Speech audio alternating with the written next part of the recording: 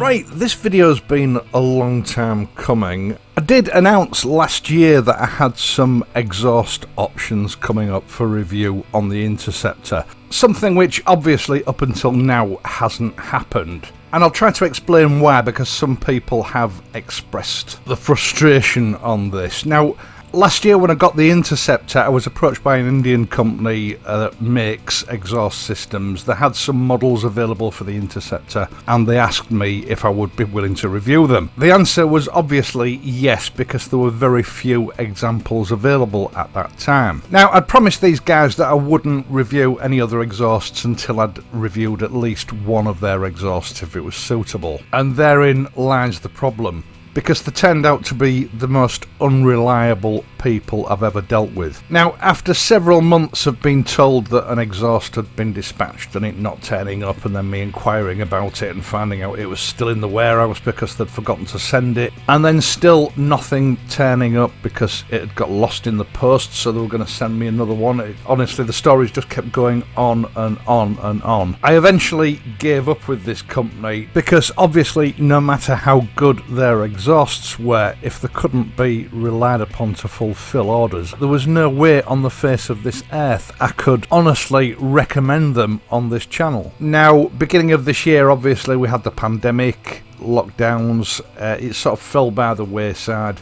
and a few weeks ago I thought I really need to get on with this, so I started to look around. Now, bearing in mind my previous experience with unreliability, I wanted a company that is reasonably local, a company that I can trust. So I approached Hitchcocks Motorcycles. Now, I'd already done one or two collaborations with them. I've found them to be really good people to work with. I've also found the products to be superb quality. And so today I'm going to show you how to fit their new Enfield Precision silencers for the Interceptor. Now, these pipes are made very much for the purist. They're a very similar pattern to the originals, made from a very finely brushed stainless steel and being of a similar length to the originals. They come complete with everything that's required for fitting, and fitting is ridiculously easy. They also come standard with a set of optional baffles if you don't like them too loud. Now, each pipe is a one-piece unit in that the shroud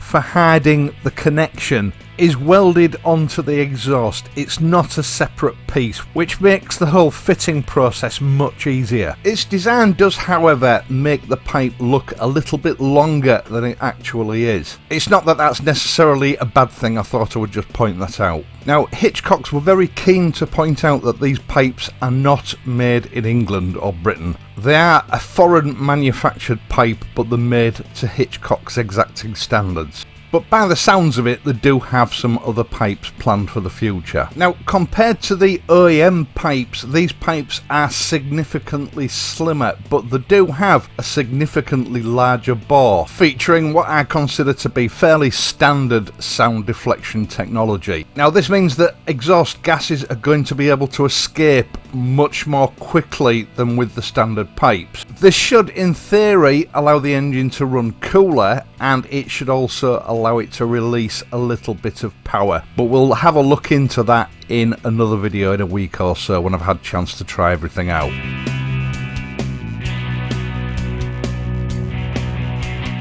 Removal of your old pipes and fitting these new pipes is exactly the same on either side of the bike. There are no differences. So for the purpose of this video, I'm just going to concentrate on the left hand side of the bike. Underneath the OEM shroud there is a bolt, and this needs to be removed completely so that you don't make the same mistake I made on the Bullet a few months ago. This bolt just holds that shroud in place, but it does need to be removed first before you continue with removal of the exhaust. Next up, slacken off your exhaust clamp. These sometimes do stick, so it is a good idea to put something like a screwdriver in between where the two ends of the clamp meet, just to make sure that it is separated and loosened off. Otherwise, when it comes to it, you may find that your pipes won't separate. Then finally, just to the rear of the rear foot pegs, there is one more bolt that needs to be unfastened, which actually holds the silencer on. Remove the inside nut, and then when you've done that, supporting the silencer with one hand, you can withdraw the bolt. Grab the silencer with both hands, and with a slight twisting motion you should be able to withdraw it backwards and off the downpipe. Just be aware that as you remove the silencer, the shroud could fall off because there's nothing really holding it on anymore. And although you're not going to reuse it in this installation, it is better not to damage it. Also, just check to make sure that the rubbers on the mounting point have remained in place and haven't fallen out during removal. It's better to make sure that they're there before you start installing your new pipe than having to look for them when you're ready to put your new pipe on. Now, one thing about these pipes that I did notice, and I've never come across this before, is that there were no exhaust seals included with the kit. Now, these silencers have been designed for an extremely precise fit, and not only are seals not required, there isn't actually any room for seals. Now, I was a little bit dubious about this, but I can confirm that there was a gas-tight seal after installation and there was no gas leakage.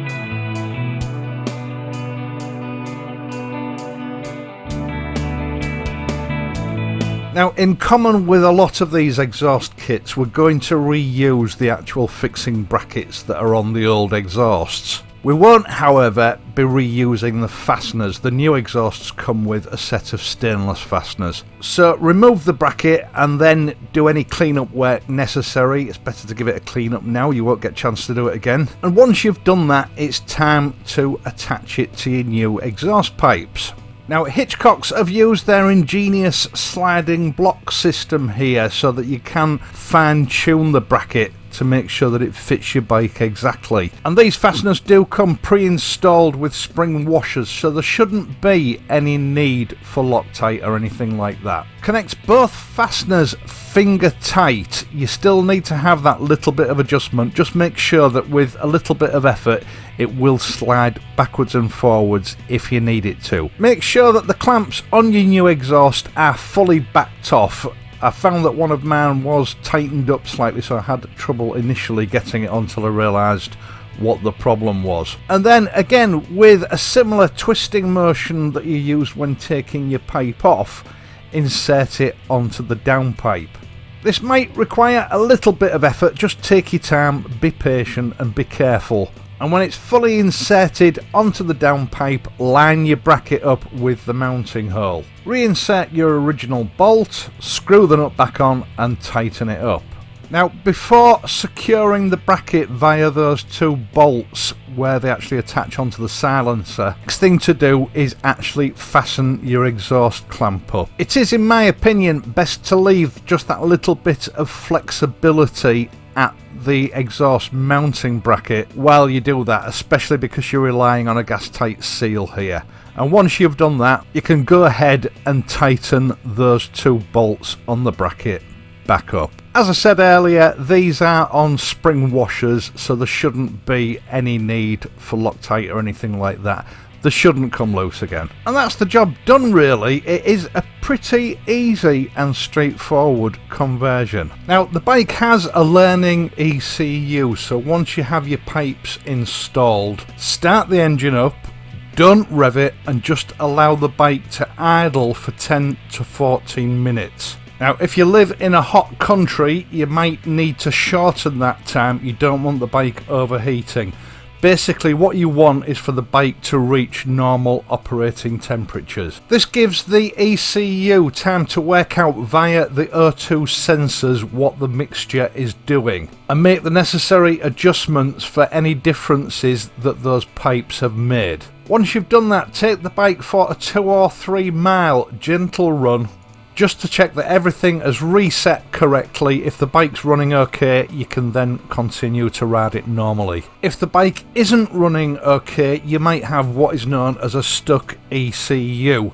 Allow the bike to cool fully and then repeat this procedure as many times as necessary until things come right. Although I would say that is a very rare occurrence. Right, stay tuned for an in-depth review of these pipes, including sound check with and without the optional baffles. That will be coming up in another video in the very near future. Now, I will of course leave a link to Hitchcock's website for these pipes if you'd like to have a look. Once again, thank you so much for watching this and my other videos, and in doing so helping to support this channel.